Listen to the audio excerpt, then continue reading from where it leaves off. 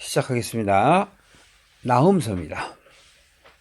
지난 시간에 우리가 요나서 했는데 BC 7세기경이죠. 그 소선지서 중에 하나인 요나서를 했습니다. 소선지서는 이제 12선지자를 통해서 보통 12선지서 이렇게 표현하기도 하는데, 요나서는 영적으로 얘기하면 자신의 신앙 관계 속에 있어서 바깥으로 보이는 현상에서는 유대인과의 대적 관계를 나타내고 있는 그 아시리아의 수도인 니느웨에 대해서 말씀을 통하여 우리 마음속에 우리가 세상적인 생각과 우리가 하나님을 쫓는 그 하늘의 마음을 갖고 있는 그 두 가지 생각에 대해서 다시 한번 돌이켜보는 시간을 가졌습니다.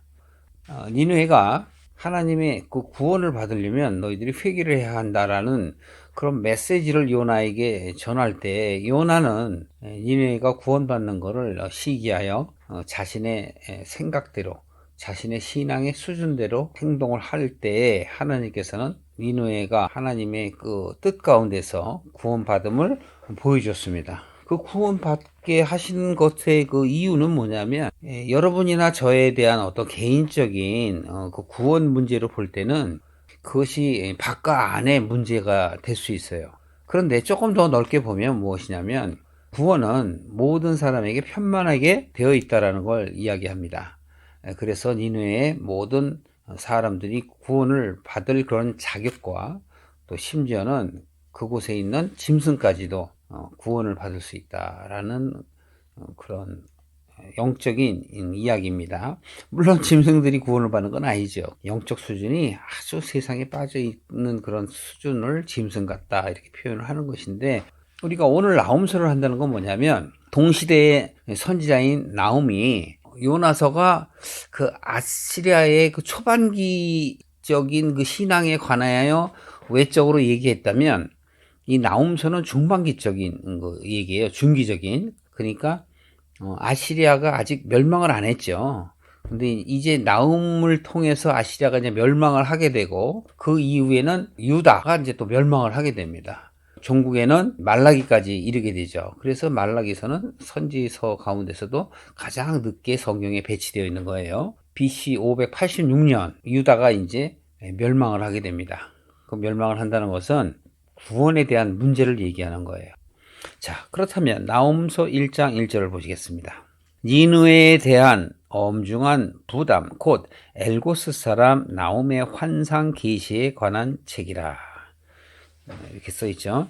제가 성경의 말씀을 지금 흠정음을 통해서 이렇게 1장 1절을 말씀드렸는데, 개역 한글에는 엘고스 사람 나훔의 묵시의 글이다 이렇게 있어요.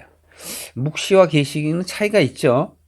그러니까 계시는 우리에게 알려준 글이고, 묵시는 나훔에게 묵시, 즉 감춰져 있는 하나님의 그 진리의 말씀을 전하는 때를 그걸 묵시라고 얘기하는 거예요. 그리고 엘고스 사람이라고 얘기했는데, 이 엘고스 사람도 이제 무슨 지방 사람이냐 하면 여러 설들이 많아요. 그러나 쉽게 말하면 나훔 선지자가 니느웨의 멸망에 대해서 이야기를 했으니 유대 지방의 한 고을이다 이렇게 생각하는 것이 가장 합리적일 것입니다. 2절에 우리가 한번 보실까요? 여호와는 투기하시며 보복하시는 하나님이시니라. 여호와는 보복하시며 진노하시되 자기를 거스리는 자에게 보복하시며 자기를 대적하는 자에게 진노를 품으시며, 여호와는 노하기를 더디하시며 권능이 크시며 죄인을 결코 사하지 아니하시느니라. 여호와의 길은 회리바람과 광풍이 있고 구름은 그 발에 티끌이로다 이렇게 말씀하고 있습니다. 그런데 우리가 이렇게 2절 3절을 이렇게 보면은 좀 무섭죠. 하나님이 질투하시고 원수를 갚고 보복하시고 경노하시고 또 대적들한테 원수들한테 그 진노를 간직하신다. 그래서 우리는 성경을 보실 때 그냥 이렇게 직역적으로 보시면은 잘못하면 시험에 들어요. 그리고 세상 사람들은 이런 걸 이제 말씀을 성경에 기록되어 있는 이러한 기록을 통해서 이렇게 보게 되면 거부감을 갖게 되죠. 그런데 이제 3절에도 보시면 분노하기를 더디하시고 권능이 크시며 사악한 자를 결코 사면하지는 아니하시로다. 사람들도 이러지 않으려고 하는데 하나님은 이렇게 하신다? 그렇게 생각하면 이게 문제라는 거죠. 그래서 제가 왜 이 말씀을 드리냐면 오해가 없길 바란다. 곡해가 없길 바란다 이거예요. 이것은 나홈이 하나님께서 자기의 주시는 말씀뿐만이 아니라 자신이 생각하는 하나님에 대해서 썼기 때문에 그래요.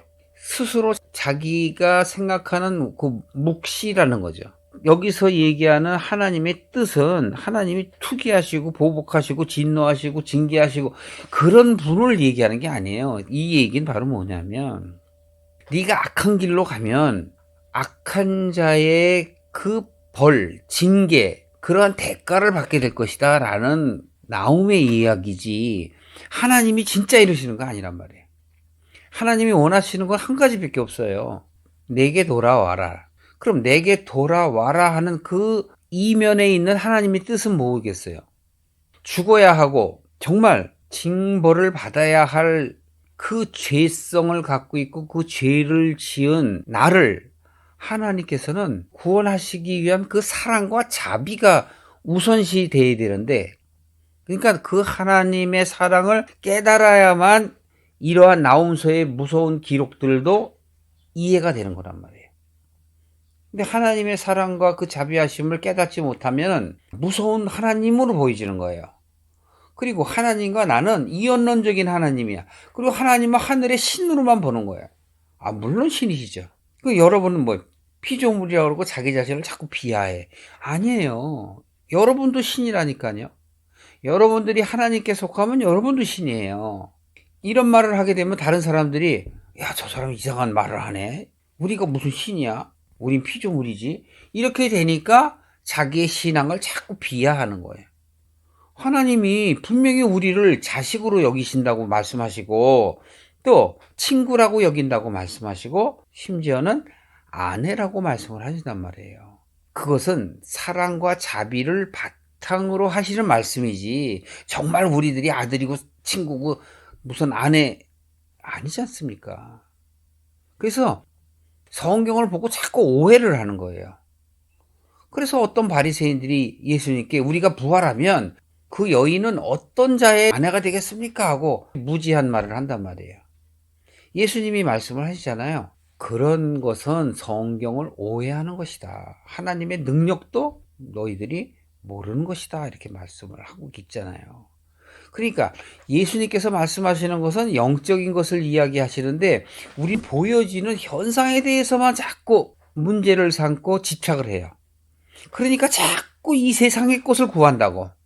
무엇을 먹을까 마실까 입을까를 위해서 기도한단 말이에요. 하나님이 원하시는 건 전혀 아니란 말이에요. 이사야를 통해서도 아니 수많은 성경을 통해서 하나님은 나는 너희들의 예배를 제사를 원하지 않는다고 말씀하심에도 불구하고 우리들은 현상의 것 눈에 보이는 것들만 원하기 때문에 계속 하나님께 그것을 요구하고 그렇게 하는 것이 참 신앙을 가진 자라고 생각하는 그런 곡해하는 인간이란 말이에요. 어떤 엄한 말씀이 나오는 것은 나로 하여금 그런 악한 길로 가지 말라는 뜻이구나 하고 의역해서 봐야 되는 거예요.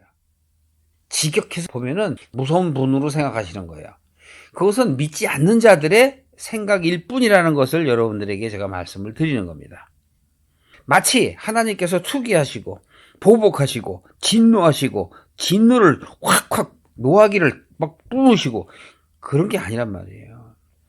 그런 것처럼 우리는 징벌을 받아야 할 마땅한 죄인임에도 불구하고 하나님께서는 왜 그렇게 묵상을 통해서 묵시를 통해서 우리에게 말씀하시는가 하는 것을 여러분들이 첫 번째 기억을 하셔야 말씀이 이해가 될 겁니다. 4절 보셔요.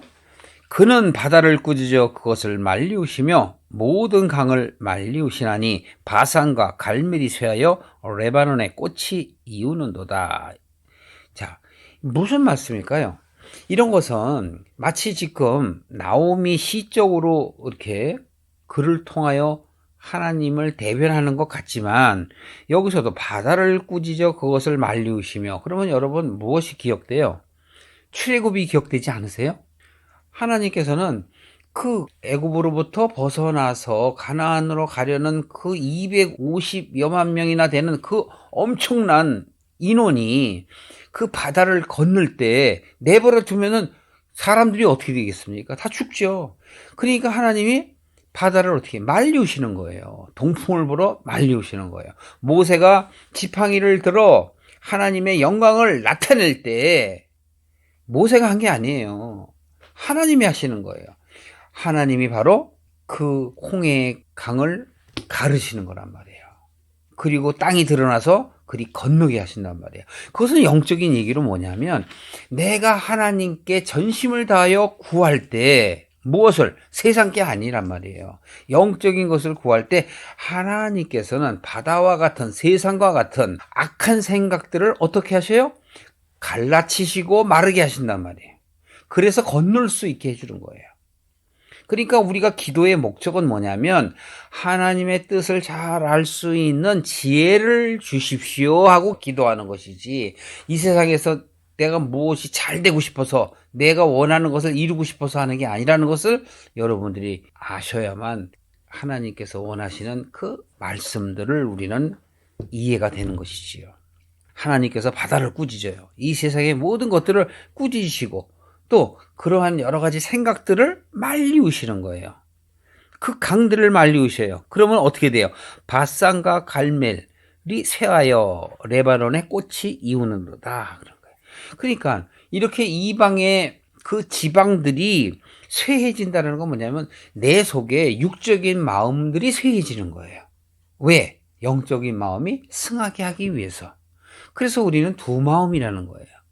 그것을 다른 표현으로 하면 바로 겉과 속을 이야기하고 밖과 안을 이야기하기도 하는 거예요. 다 비유일 뿐이죠.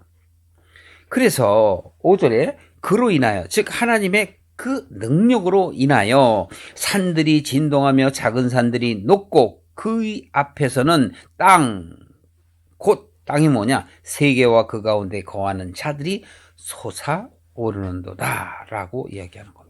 성경 안에서도 이런 여러 가지 그런 있죠. 높고 낮은 산들이 진동을 하고 바다가 손뼉 친다는 그런 표현들도 있잖아요. 시적인 표현이지만 그러한 표현들은 다 영적인 걸 나타내는 것이지요. 산들이 진동하고 작은 산들이 녹고 하는 것은 우리의 육적인 마음들이 그렇게 산처럼 높고 낮음에 여러 가지 수준들이 있다라는 것을 나타내는 거예요. 그래서 바로 땅 그러죠. 땅. 성경에서 얘기하는 땅은 바로 이런 비유로 많이 얘기하는 거예요. 또 씨와 밭의 비유도 마찬가지죠. 땅도 우리가 밭의 비유를 들어서 좋은 밭과 나쁜 밭의 표현을 이야기하잖아요. 그 여러 가지 그런 밭에 이야기하는 그것들 또한 다 비유로 말씀을 하시는 것이에요. 예수님께서는 그걸 다 현상에서 다 풀어주셨잖아요. 왜 풀어주셨을까요? 하나님의 뜻을 보지 못하는 우리에게 하나님의 뜻을 보게 하시는 거예요. 눈이 있어도 보지 못하고 귀가 있어도 듣지 못하는 바로 이스라엘인들에게 역사로서 나타나여 그것을 해결해 주시고 해석해 주시는 예수님은 바로 우리의 눈을 뜨게 하시고 우리의 귀를 열게 하시고 우리가 안진뱅이에서 바로 걸을 수 있는 그러한 자비로움을 나타내시는 것이에요. 그래서 예수님을 보면 우리가 하나님을 보는 것이죠. 6절에도 보십시오. 누가 능히 그 분노하시는 옆에 서며 누가 능히 그 진노를 감당하겠느냐.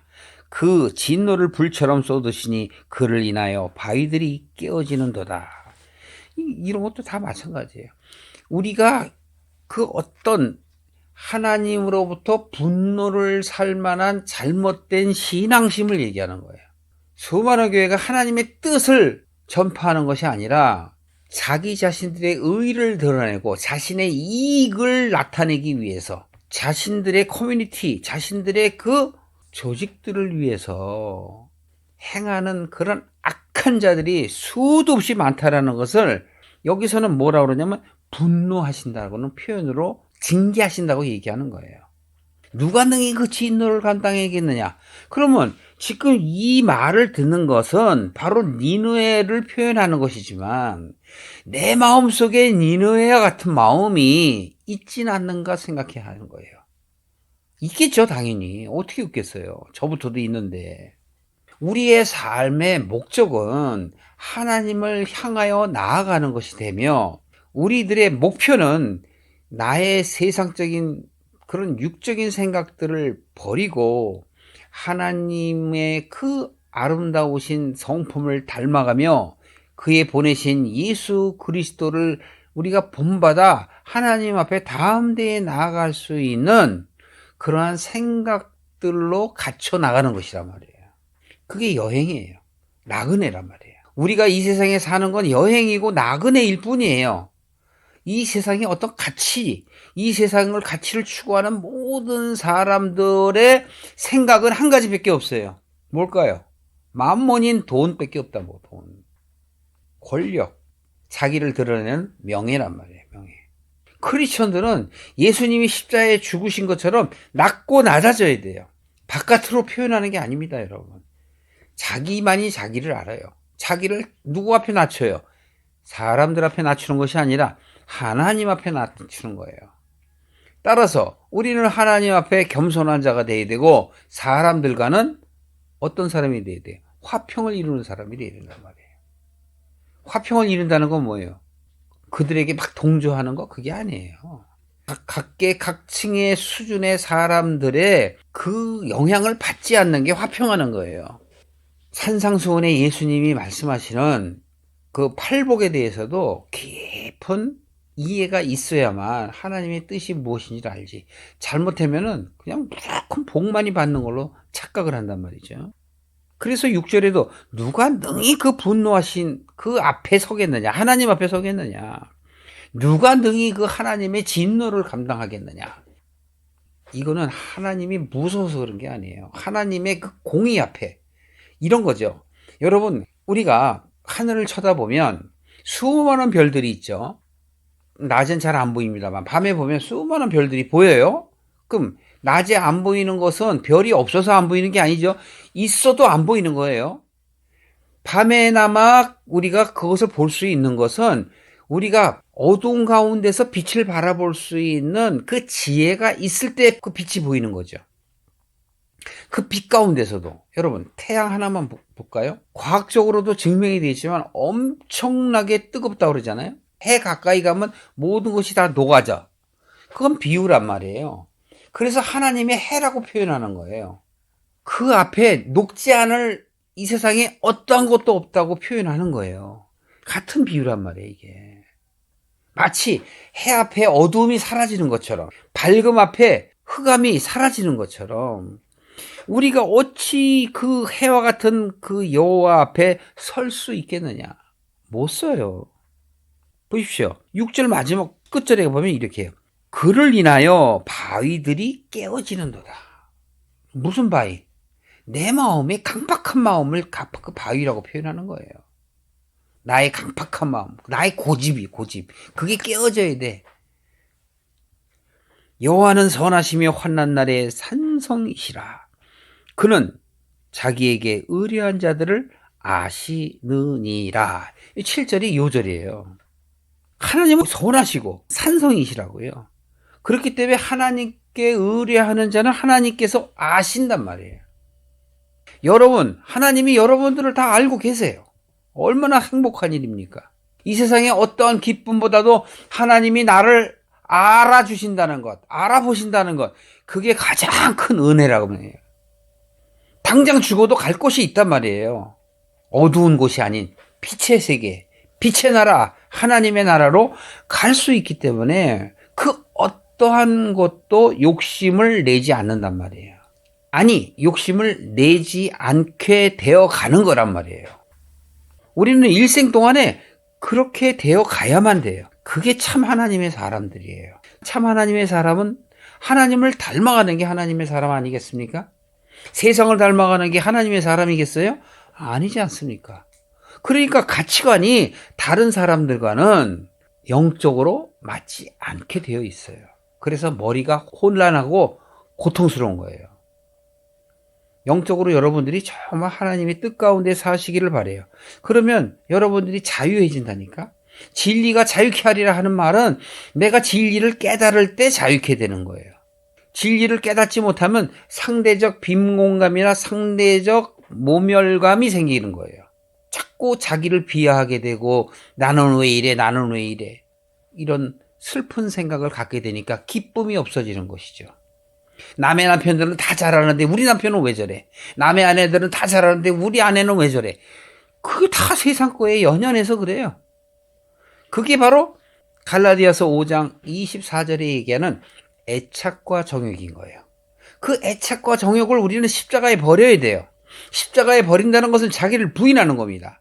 내가 버릴 때 예수 그리스도가 그 내가 버리는 것을 모두 끌어안으시고 십자가의 죽음이 되시는 거예요. 그게 골고다의 십자가란 말이에요. 예수님의 골고다의 십자가는 나의 옛 것들을, 나의 세상적인 가치와 사고와 생각들을 모두 버리는 것이에요.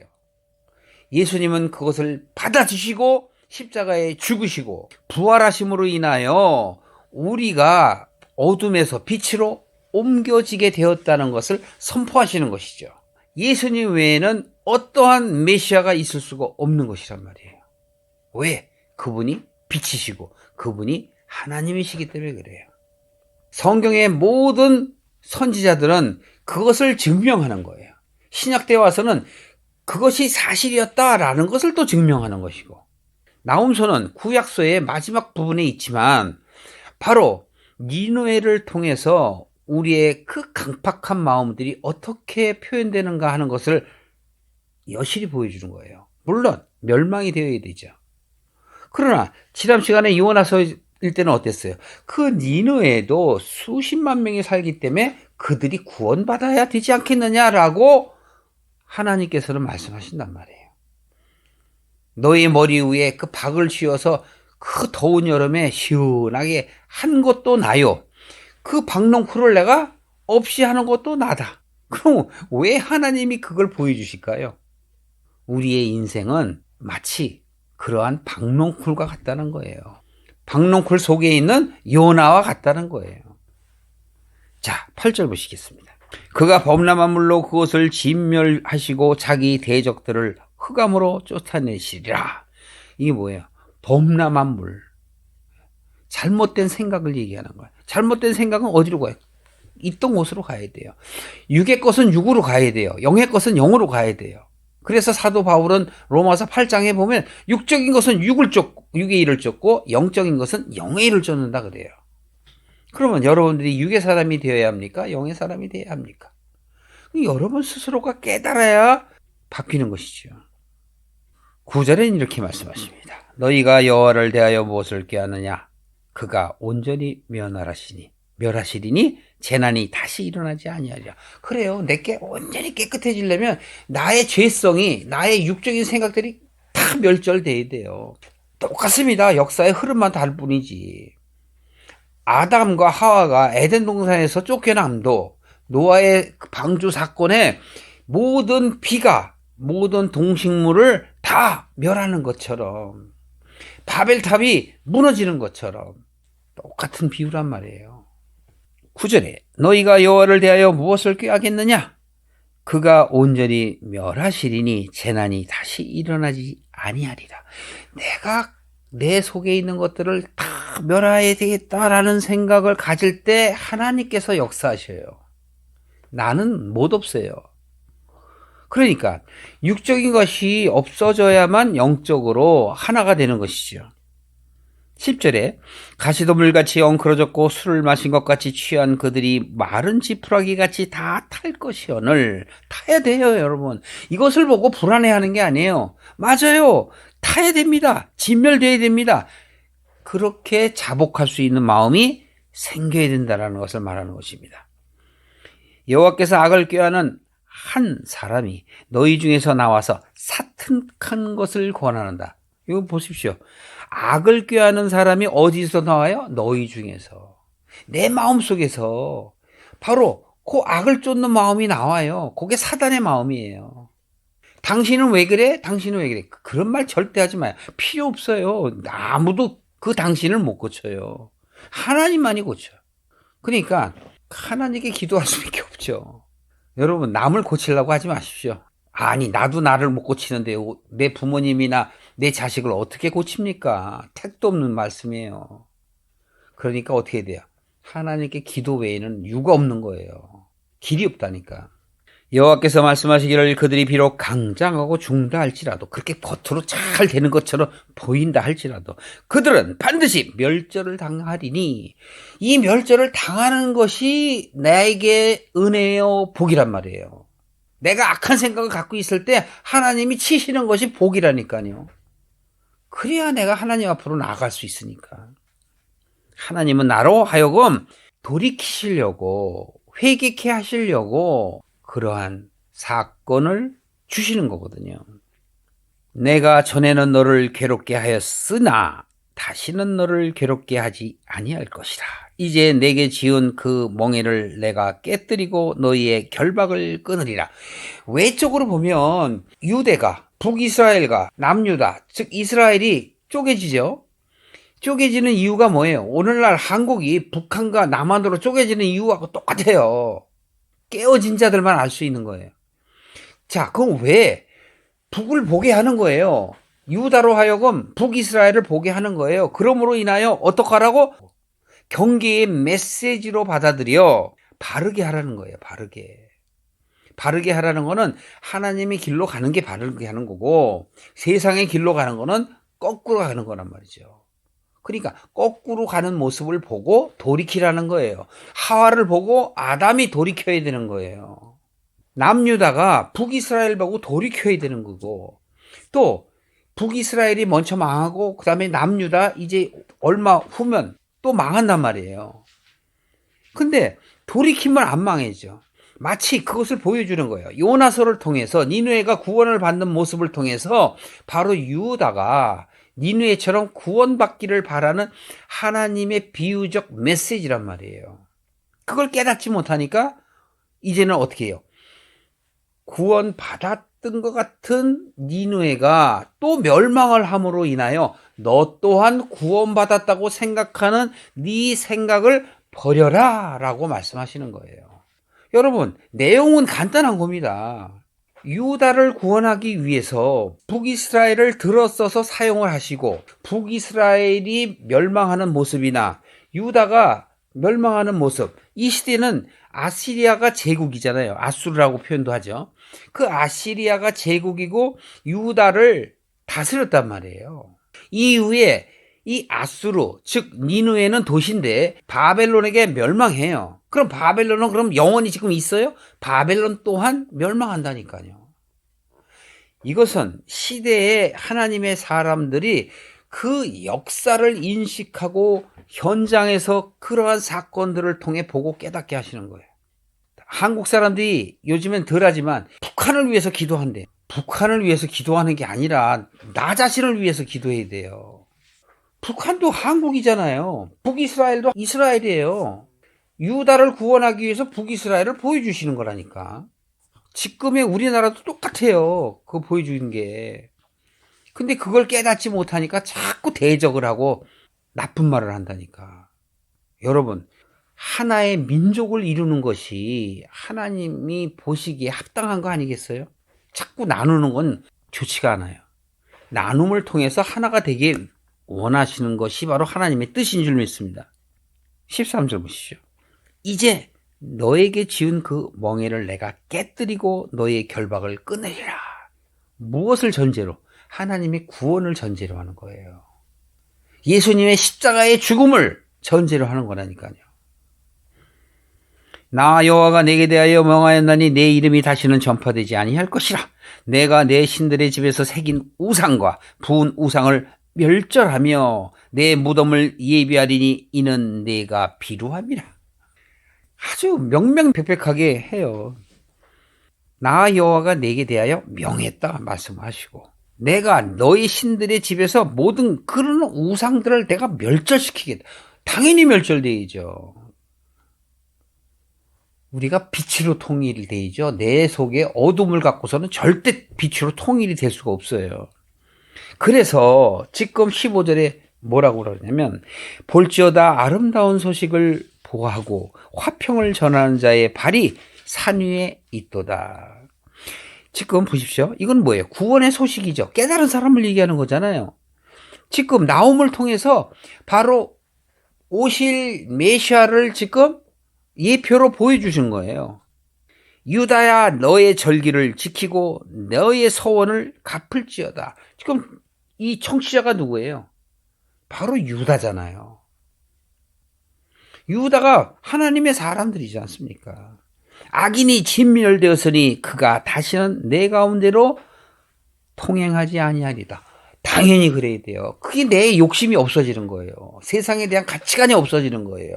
그것이 바로 내 가운데로 통행하지 않는 거예요. 여러분이 세상 것들을 자꾸 남을 보게 되면은 따라하고 싶은 생각이 있어. 그게 뭐예요? 내 속에서 바로 이러한 것들을 사모하는 마음, 욕심이 들쑥들쑥 튀어나오는 거란 말이에요. 그게 악인이란 말이죠. 2장 1절 파괴하는 자가 너를 치러 올라왔나니 너는 산성을 지키며 길을 파수하며 내 허리를 견고히 묶고 내 힘을 크게 굳게 할지어다. 여러분 어떻습니까 이거? 에베소 5장 말씀 생각하지 않습니까? 바로 우리는 자기의 길을 지켜봐야 돼요. 파수한다는 게 뭐예요? 적이 내게 해를 끼치지 못하도록 잘 지키는 거 아닙니까? 내 허리를 견고히 하라는 건, 묶으라는 건 뭐예요? 마음을 똑바로 가지라는 얘기잖아요. 마음가짐에 대해서 하는 얘기죠. 내 힘을 크고 굳게 할지다. 내 힘은 뭐예요? 생각이에요. 생각, 사고. 여호와께서 야곱의 영광을 회복하시되. 그렇습니다. 야곱의 영광이 회복이 돼야 돼요. 야곱이 세상 것을 막 추구하잖아요. 돈 벌라고 추구하잖아요. 그래서 수많은 약대를 거느리게 되고 양도 갖게 되고 뭐 여러 가지를 갖게 되지만 결국은 그는 뭐예요? 고향으로 돌아가잖아요. 그 고향이 바로 본향을 얘기하고 하나님을 얘기하는 거예요.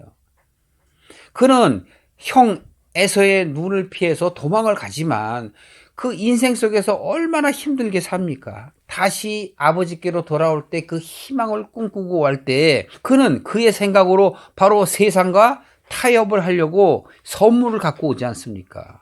그게 세상의 지혜입니다.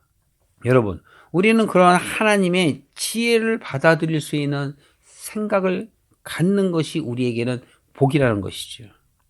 여호와께서 야곱의 영광을 회복하시고 이스라엘의 영광 같게 하시나니 이는 약탈자들이 약탈하였고 또 포도나무 가지를 없이 하였습니다. 이 모든 것들이 깨끗하게 되려면 더러운 것들은 멸절이 되어야만 되는 거예요. 그의 용사들의 방패는 붉고 그의 무사들의 옷도 붉으며 그 항우를 버리는 날에 병거의 철이 번쩍이고 노송나무 창이 요동하는도다. 그 병거는 거리에 미치게 달리며 대로에서 이리저리 빨리 가니 그 모양이 횃불 같고 빠르기가 번개 같도다. 그가 그 존귀한 자를 생각해내니 그들이 엎드러질 듯이 달려서 급히 성에 이르러 막을 것을 예비하도다. 내가 하는 게 아닙니다, 여러분. 하나님께서 다 하는 거예요. 나는 내 마음의 문을 열고 이해할 수 있는 그 생각을 하나님께로 집중할 때 하나님께서 나로 하여금 깨닫게 하시는 거예요. 역사를 통해서, 환경을 통해서, 사건을 통해서 나로 하여금 하나님 앞에 나아갈 수 있는 그러한 마음이 생성하게 되는 거예요. 그렇게 생성하게 하시는 분이 하나님이세요. 예수님께서 사마리아 여인의 마음속에 샘물을 주시는 거죠. 영원히 샘솟는 샘물. 그게 바로 깨달음이에요. 진리라고요. 하나님의 말씀을 내가 깨달을 때 가치가 바뀌는 거예요. 깨닫지 못하면 자꾸 옛 것으로 돌아와요. 옛 것으로. 옛사람으로 돌아간단 말이죠.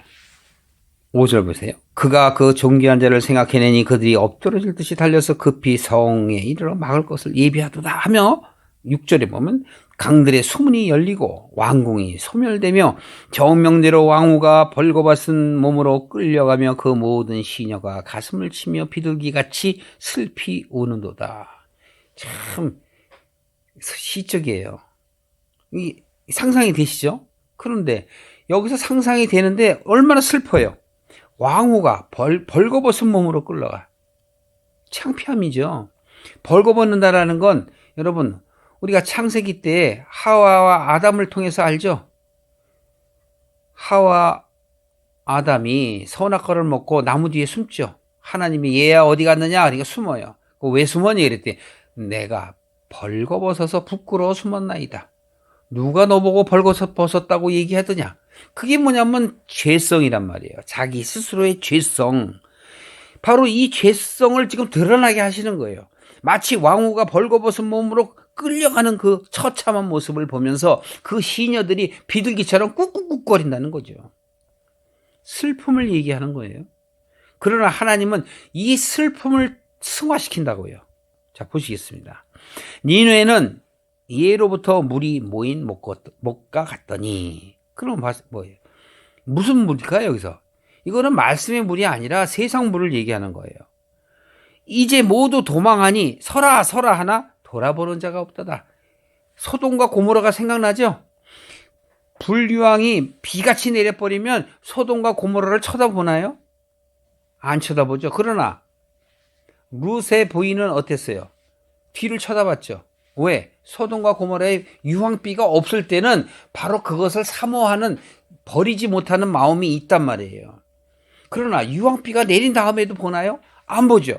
그렇기 때문에 멸절시키는 것이 은혜란 말이죠. 자, 그래서 9절에 보면 은을 노락하라 금을 늑탈하라 그 저축한 것이 무한하고 아름다운 기구가 풍부합니다. 그럼 우리 보고 그 은과 금을 탐하라는 거 아니잖아요. 그러니까 깨닫지 못하면 자꾸 엉뚱한 생각을 해. 니느웨가 공허하였고 황무였도다. 거민이 낙담하여 그 무릎이 서로 부딪히며 모든 허리가 아프게 되며 모든 낯이 빛을 잃었도다. 니느웨의 상태를 지금 나타내요. 육적인 이러한 생각들이 바깥에서 볼 때는 야, 그 사람 잘 됐다 막 그러죠.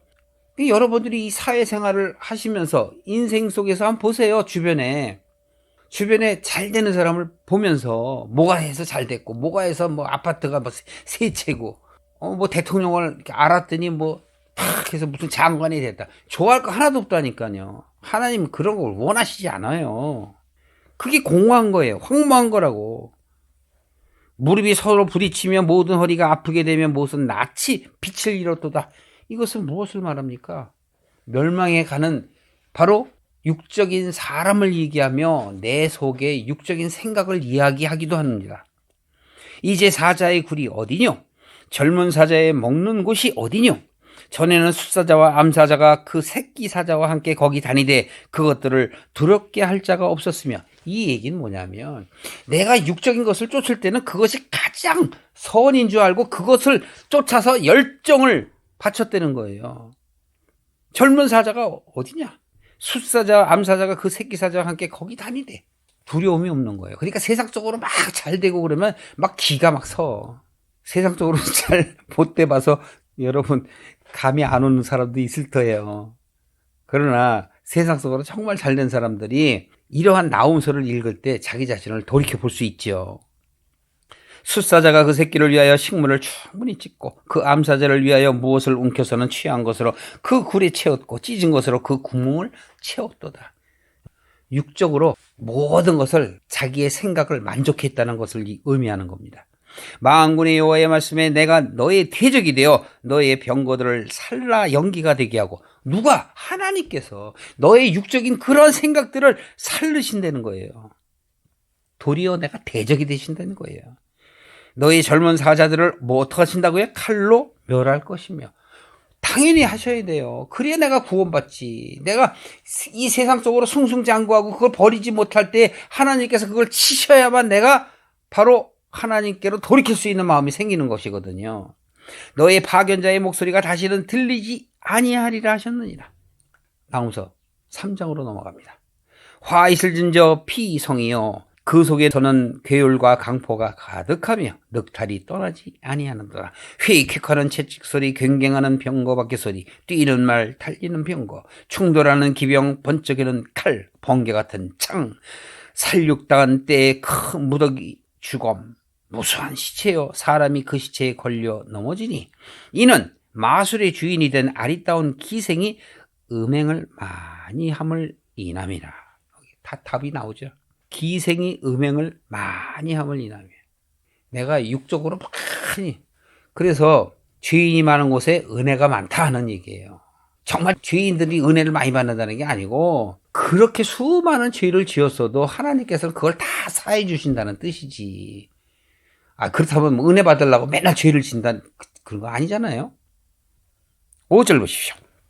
만군의 여호와의 말씀에 내가 너의 대적이 되어서 이게 그러니까 내가 육적인 생각 갖고 있을 때 하나님이 그것과 대적이 되셔야 돼요. 애굽에서 출애굽을 하려면 준비가 있어야 돼요. 무슨 준비가 있어야 됐죠? 누르고 없는 떡을 준비한단 말이에요. 누르고 뭐예요? 맛있게 하는 거잖아요. 세상 맛이라고 그게. 그래서 바로 익지 않은 것들을 들고 나오는 날 것을 들고 나온다는 건 나의 마음이 날 것이 돼야 돼요. 원래 회복이 돼야 된다고. 그리고 기도할 때 하나님께서 그들을 인도해 내시잖아요. 하나님께서 그들을 주목하여 보시고 그들이 기도할 때의 조건은 내려오셔서 그들을 인도해 나가시는 거란 말이에요. 내가 또 가증하고 더러운 것을 내 위에 던져 능욕하여 너로 구경거리가 되게 하리니. 여기서는 이게 잘못 보면 내가 진짜 부이웃음 내지는 조롱거리가 돼서 막 슬퍼하고 그러잖아요. 그래서 그걸 깨닫지 못할까봐 지금 니느웨처럼 잘 나가는 그 제국이 멸망하는 것을 지금 비유로 이렇게 설명을 하는 거예요. 그때 너를 보는 자가 다 내게서 도망하여 이르기를 니느웨가 황무하였도다. 누가 위하여 니느웨를 위하여 애곡하며 내가 어디서 너를 위로할 자를 구하리요 하리라 하시도다.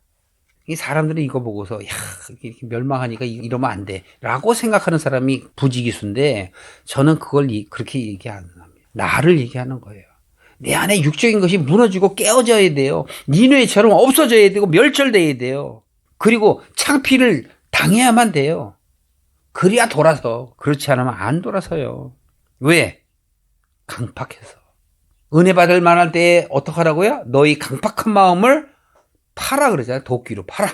하나님께서 우리를 향한 그 자비, 자애, 사랑 이게 넘쳐나는데 우리는 그냥 진노의 하나님으로만 보셔. 무서운 하나님으로 보니까 나아가지 못하는 거예요. 그러니까 뭐예요? 뭔가 자꾸 제사를 드려야 되고 섬겨야만 되는 줄 알아. 예수님께서는 난 너희들의 섬김을 받으러 온 것이 아니라 도리어 내가 너희를 섬기려 왔느니라. 뭘 섬겨요? 죽을 자를 그 죄를 없이 하는 게 십자가에 죽는 게 바로 섬기는 것이잖아요. 구스와 애굽이 그 힘이 되어 한이 없었고 북과 루빔이 그의 돕는 자가 되었으나 그가 포로가 되어 사로잡혀갔고 그 어린 아이들은 길모퉁이에 매어 침을 당하니. 이것도 표현이 무섭죠? 어린 아이들이 길모퉁이에 매어 침을 당하는데 끔찍스럽단 말이에요. 그런데 여기서도 봐요. 구스와 애굽이 그 힘이 돼요. 그러니까 육적인 것들, 육적으로 가치를 계속 추구하는 것들은 이거 안 되면 이거 해라, 저거 안 되면 저거 해라 하는 것들이 바로 구스와 애굽이란 말이에요. 세상에 다 가치야 이게. 각종 가치들을 얘기하는 거예요. 너도 취한 바 되어 숨으리라. 그러나 너도 대적을 인하여 피난처를 찾아보리라. 너의 모든 산성은 무화과 나무의 처음 익은 열매가 흔들기만 하면 먹는 자의 입에 떨어진 것 같으리라. 마치 첫 열매가 열릴 때 막 흔들면은 이것들이 꽉 지금 그 가지에 붙어있지 않으니까 흔들면 막 떨어진다 이거예요. 너희 중 장정들은 여인 같고 너희 땅의 성문들은 너희 대적 앞에 넓게 열리고 빗장들은 불에 타도다. 너는 물을 키로 에워싸일 것을 예비하며 너의 산성들을 견고케 하며 진흙에 들어가서 흙을 밟아 벽돌 가마를 수리하라. 거기서 불이 너를 삼키며 칼이 너를 베기를 늦에 먹는 것 같이 하리라. 내가 늦같이 스스로 많게 할지어다. 내가 메뚜기같이 스스로 많게 할지어다. 내가 내 상고를 하늘의 별보다 많게 하였으나 황충이 날개를 펴서 날아간 것 같고 너의 방백은 메뚜기 같고 너의 대장은 큰 메뚜기 떼가 추운 날에는 울타리에 깃들였다가 해가 뜨면 날아간 것 같으니 그 있는 곳을 알 수가 없도다. 이걸 우리 고사로 일장춘몽이라고 그러죠. 이 세상에 부귀영화 이런 거 다 쓸데없는 거라니까요. 내 눈을 감는 날 다 필요 없어요. 뭐 있겠습니까? 여러분 하나라도 뭐 머리 한 털럭도 갖고 갈 게 있습니까? 못 갖고 가요. 다 놓고 가는 거야. 그러니 우리는 하나님 나라에 갈 것을 소망해야죠. 이 세상에 있는 것은 하나 없는, 마치 해가 뜨게 되면 어디로 날아갔는지 모르는 거다 그러잖아요. 아수르 왕이여, 내 목자가 자고 내 귀족은 누워 쉬며 내 백성은 산들에 흩어지니 그들을 모을 사람이 없도다. 너의 다친 것은 고칠 수 없고 내 상처는 중하도다. 내 소식을 듣는 자가 다 너를 인하여 손뼉을 치나니 이는 내 악행을 늘 받지 않는 자가 없음이 아니냐. 여러분, 우리가 육적인 영향을 안 받는 사람이 어디 있어요? 다 받죠. 저부터도. 그러나 우리가 무엇을 먹고 마실까 입을까를 염려하지 않잖아요. 우리가 이 세상의 것에 대하여 그것을 추구하지 않잖아요. 잠시 우리 삶을 살아가느라고 어떤 행동을 했다가도 아유, 이게 다 필요 없는 거지 하고 돌이키잖아요. 그렇다고 이 세상의 모든 것을 하지 말라는 건 아니잖아요. 그 경험 속에서 자기 자신이 성장해 나가야 되는 것이죠. 하나님께서는 니느웨를 통해서, 아수르를 통해서 우리가 무엇을 추구해야 하는가를 분명하게 말씀을 하고 계십니다. 요나서를 통해서는 니느웨가 바로 구원받을 나라, 백성으로 표현을 하시지만 이제 100여 년이 지난 이 시대, 그러니까 요나서가 BC 한 60년경, 50년경이라면 이 나홈서는 100년 뒤죠. 660년경이니까. 그렇다면 이 세상에 우리가 인생을 살 때 그 100년으로 본다면 드러나는 거 아니겠습니까? 우리는 우리의 육적인 생각들을 점차 죽여나가며 해야 할 일을 하지만 그 해야 할 일 속에서도 우리는 하나님을 쫓아가려는 그러한 마음이 계속 샘솟듯이 일어날 때 우리의 신앙이 바로 설 수 있다는 것을 여러분들에게 말씀을 드립니다.